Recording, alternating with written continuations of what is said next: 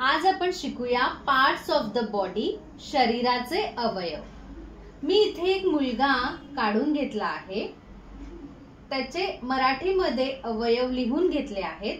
आपण आता इंग्लिश मध्ये ट्रान्सलेशन शिकूया। केस, केसला इंग्लिश मध्ये म्हणतात हेअर। कान, कानला इंग्लिश मध्ये म्हणतात इयर। नाक, नाकला इंग्लिश मध्ये म्हणतात नोज।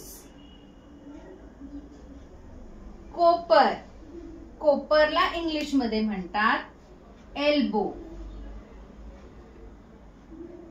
बोटे, बोटेला इंग्लिश मध्ये म्हणतात फिंगर्स।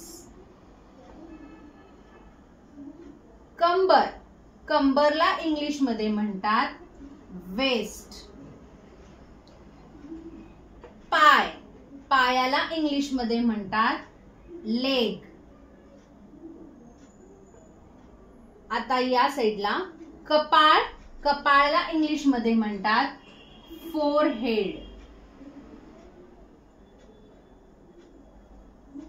डोळा, डोळ्याला इंग्लिश मध्ये म्हणतात आय।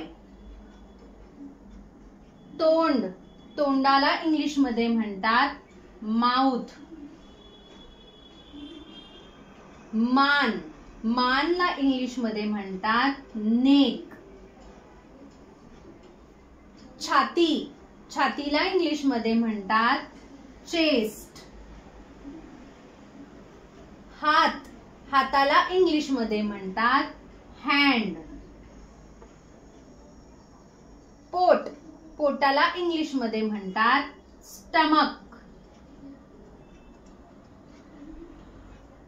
गुडघा, गुडघ्याला इंग्लिश मध्ये म्हणतात नी।